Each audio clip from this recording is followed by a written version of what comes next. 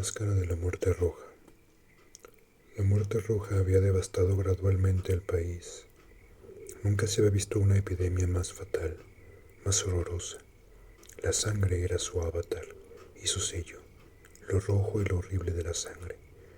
Eran dolores agudos, vértigos repentinos y luego una abundante hemorragia a la que seguía la muerte. Las manchas escarlatas sobre el cuerpo y especialmente sobre el rostro de la víctima eran los anuncios de la peste que la alejaban de la ayuda y de la simpatía de sus semejantes. Y entre el comienzo, progreso y terminación de la enfermedad no pasaba más de media hora.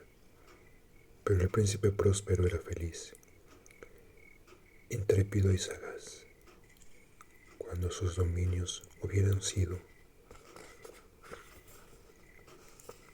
casi despoblados, llamó a su presencia a un millar de vigorosos y alegres amigos que escogió entre los caballeros y damas de su corte, y se retiró con ellos a la profunda soledad de uno de sus almenados castillos.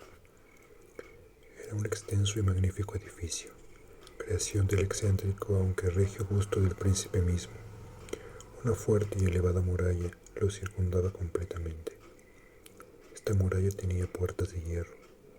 Los cortesanos, una vez dentro, con ayuda de hornos y gruesos martillos, soldaron los cerrojos. Habían resuelto no dejar ninguna vía de ingreso o de salida a los súbitos impulsos de la desesperación o del frenesí. El castillo fue abundantemente provisto de víveres. Con semejantes precauciones, los cortesanos podían desafiar la epidemia. El mundo del exterior se cuidaría a sí mismo. Mientras tanto, era un crimen apesadumbrarse o afligirse. El príncipe había llevado todo lo necesario para placer. Había bufones, había improvisadores, había bailarines, había músicos, había belleza, había vino. Todo esto y la seguridad adentro. Afuera, la muerte roja. Fue hacia el fin del quinto o sexto mes de reclusión y mientras la peste asolaba más furiosamente en el exterior, que el príncipe próspero convidó a sus 1000 amigos para un baile de máscaras de la más soberbia magnificencia. Era una voluptuosa escena aquella mascarada, pero déjenme que describa antes las habitaciones donde tenía lugar. Eran 7, una serie imperial. En muchos palacios, sin embargo, tales series forman una larga perspectiva recta, pues las batientes de las puertas, asentadas contra la pared a cada lado, no impiden de ninguna manera que la vista penetre hasta el fin. En este caso era muy diferente, como podía esperarse del amor del soberano por lo extravagante.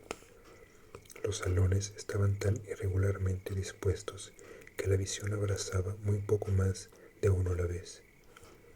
Había un recodo agudo a cada 20 o 30 yardas y en cada recodo un nuevo efecto.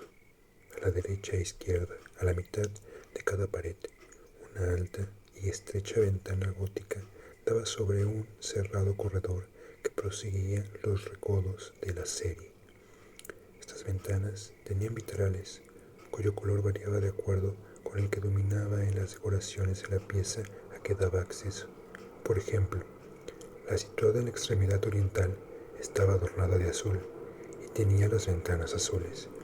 El segundo cuarto era púrpura en sus adornos y tapicerías, y los cristales eran color púrpura. El tercero era verde enteramente, y verdes eran los cristales. El cuarto estaba adornado de amarillo, el quinto de blanco, el sexto de violeta. El color de los vitrales era siempre igual a los adornos.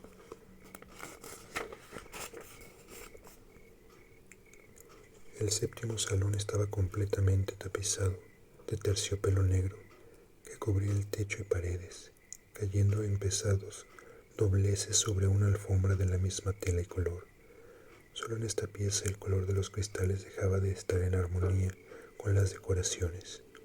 Los vidrios eran escarlata, el profundo color de la sangre. Además, en ninguna de las 7 habitaciones había lámparas ni candelabros. Entre la profusión de ornamentos de oro que se hallaban distribuidos por todas partes o colgaban del techo.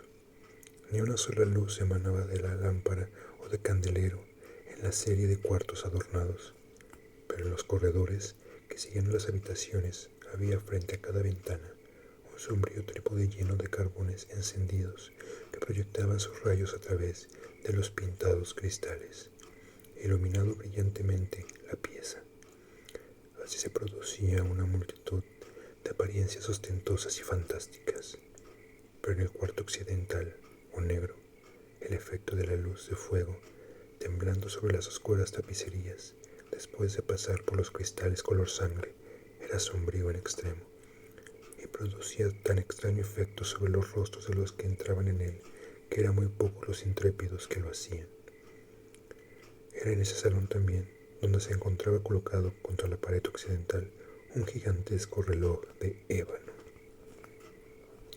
Su péndulo se movía de un lado a otro con un chirrido triste, grave, monótono. Cuando el minutero recorría el círculo y la hora estaba a punto de sonar, salía de entre los pulmones de bronce del reloj un sonido que era claro, agudo, profundo y extremadamente musical, pero de un tono y énfasis tal que a cada hora los músicos de la orquesta se veían obligados a hacer una pausa momentáneamente en su ejecución para escuchar el sonido, y entonces los valsadores cesaban en sus movimientos y había una pequeña nube en la alegre compañía, y mientras que duraban los golpes de la campana, se notaba que los más festivos se volvían pálidos y que los más viejos se pasaban la mano por la frente, como si los atormentara una fantástica meditación. Pero cuando los músicos se miraban unos a otros y sonreían como de su insensato nerviosismo, y en voz baja juraban entre sí que el próximo sonido del reloj no produciría en ellos semejante emoción. Y entonces, y después del lapso de los 60 minutos, que abraza 3600 segundos del tiempo que huye, volvía otra vez el sonido del reloj y sucedía lo mismo que antes: el desconcierto, el temblor y la meditación. Pero a pesar de esas cosas, era una alegre y magnífica fiesta. Los gustos del príncipe eran singulares. Tenía buen ojo para los colores y los efectos. Desdeñaba las decoraciones de la simple moda. Sus planes eran atrevidos y salvajes, y sus concepciones brillaban por una esplendidez soberana. Hay gente que le hubiera creído loco. Sus compañeros comprendían que no lo era. Era necesario oírle, verle y tocarle para convencerse de que no lo era. Había dirigido en gran parte el embellecimiento de los 7 cuartos en ocasión de esta gran fiesta, y había sido su propio gusto el que había dado carácter a los disfraces. Seguramente eran grotescos. Había mucho brillo, mucho de picante y de fantástico, mucho de lo que se ha visto después en Hernani. Había figuras arabescas con adornos y vestidos extraños. Había caprichos de delirio como los trajes de los locos. Había mucho de bello, mucho de fastuoso, mucho de extravagante, algo de terrible y no poco de lo que puede provocar disgusto. En una palabra, los 7 cuartos eran recorridos por una multitud de ensueños que se balancean aquí y allá, y estos, los ensueños, se agitaban en todos los sentidos, tomando un color diferente en cada pieza y haciendo que la salvaje música de la orquesta pareciera el eco de sus pasos. Y cada hora suena el reloj de ébano que está en el cuarto de terciopelo, y entonces durante un momento todo enmudece, salvo la voz del reloj. Los ensueños quedan inmóviles en el sitio que ocupan, helados.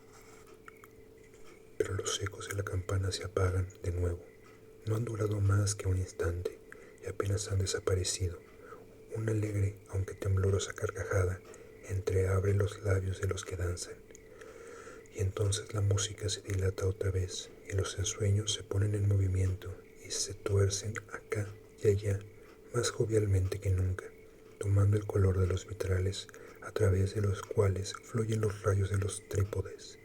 Pero en el cuarto, que está más al occidente de los 7, Ninguna máscara se aventura ahora, porque la noche amenaza y se filtra una luz siempre más roja a través de los vidrios color sangre, y la negrura de las fúnebres telas espanta, y el que pone sus pies sobre la negra alfombra recibe del reloj de ébano un sordo resonar, más solemnemente enfático que los percibidos por los que se abandonan a una indolente alegría en las otras habitaciones.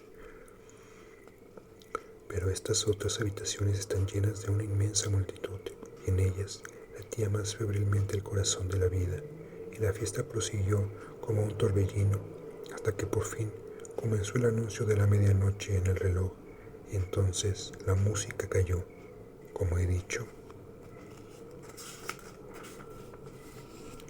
Y las evoluciones de los bailarines se interrumpieron y hubo una penosa cesación de todo, lo mismo que antes. Pero ahora el reloj tenía que golpear 12 veces con su campana, y así sucedió. Quizá que muchos pensamientos invadieron en mayor número las meditaciones de aquellos que reflexionaban entre la multitud entregada a la fiesta. Y así también ocurrió que cuando el último eco de la última campanada se hundió completamente en el silencio, muchos de los asistentes pudieron advertir la presencia de un enmascarado que hasta entonces no había llamado la atención de nadie. Y habiendo ocurrido en voz baja la noticia de aquella nueva presencia, surgió por parte de todos los convidados un rumor que expresaba desaprobación y sorpresa, y al final terror, horror y disgusto. En una asamblea de fantasmas como la que he descrito, se puede suponer que ninguna apariencia ordinaria hubiera causado tal conmoción. A decir verdad, la licencia de trajes en la mascarada era casi ilimitada, pero la figura en cuestión había ultrapasado a Herodes y había ido hasta más allá de los límites del enigmático decorum del príncipe. Hay cuerdas en los corazones de los más enviciados que no pueden ser tocadas sin emoción. Hasta para los seres más relajados, para quienes la vida y la muerte son motivo de burlas, hay asuntos sobre los que no se puede jugar. Toda la concurrencia parecía comprender profundamente que en el traje y aspecto del extranjero no había ni gracia ni decencia. La figura era alta y flaca, estaba cubierta desde la cabeza hasta los pies por una mortaja. La máscara que ocultaba el rostro se parecía tanto al semblante de un cadáver ya rígido que aún la revisión más detallada no hubiera podido descubrir fácilmente el engaño. Y bien es cierto que la frenética concurrencia hubiera podido tolerar, aunque no aceptar, aquel disfraz. Pero el desconocido había llevado su imprudencia al punto de representar a la muerte roja. Su mortaja estaba salpicada de sangre y su ancha frente, así como rostro, estaban rociados con el horrible color escarlata. Cuando los ojos del príncipe próspero cayeron sobre la espectral imagen, que, con pausado y solemne movimiento, como para sostener mejor su rol, se pavoneaba aquí y allá entre los bailarines, se le vio convulso, en el primer instante con largo estremecimiento de terror o disgusto, pero en el siguiente su frente se enrojeció de rabia. ¿Quién se atreve?, preguntó roncamente a los cortesanos que estaban a su lado. ¿Quién se atreve a insultarnos con esta burla blasfema? Deténganlo y quítenle el disfraz.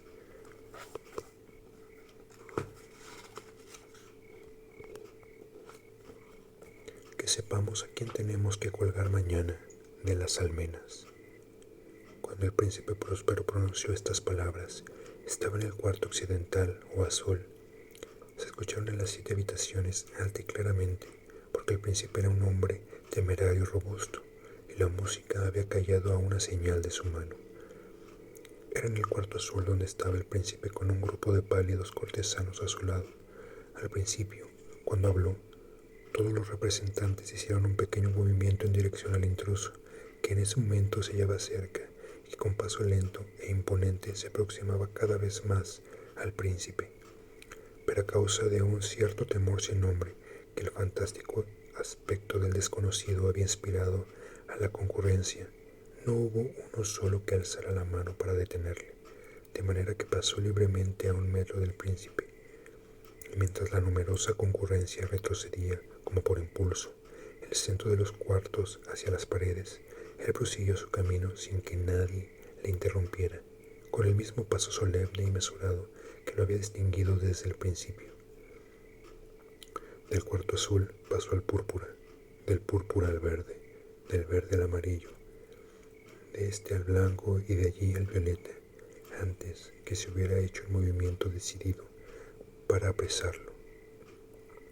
Fue entonces, sin embargo, que el príncipe Próspero, enloquecido por la rabia y la vergüenza de su propia, aunque momentánea cobardía, se arrojó corriendo a través de los 6 cuartos, sin que ninguno lo siguiera a causa del mortal terror que de todos se había apoderado. Empuñando una brillante daga, se había aproximado impetuosamente al fugitivo personaje, cuando éste, habiendo alcanzado la extremidad del cuarto de terciopelo, se volvió de repente y miró a su perseguidor.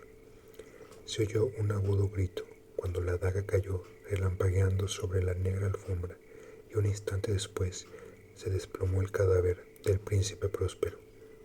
Entonces, los cortesanos, poseídos por el terrible coraje de la desesperación, entraron en el salón negro y, apoderándose del enmascarado, cuyo alto cuerpo se mantenía recto e inmóvil en la sombra del reloj de ébano, retrocedieron con inexplicable horror al descubrir que bajo el sudario y la máscara cadavérica que habían retirado con tanta rudeza no había ninguna forma tangible.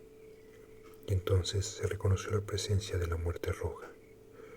Había entrado como un ladrón de noche, y uno por uno fueron desplomándose los convidados en los cuartos rociados de sangre, y cada uno murió en la postura desesperada de su caída, y la vida del reloj de ébano se apagó. Se apagó también con la última víctima, y las llamas de los trípodes expiraron, y la oscuridad, la ruina y la muerte roja ejercieron su ilimitado imperio y dominaron todo,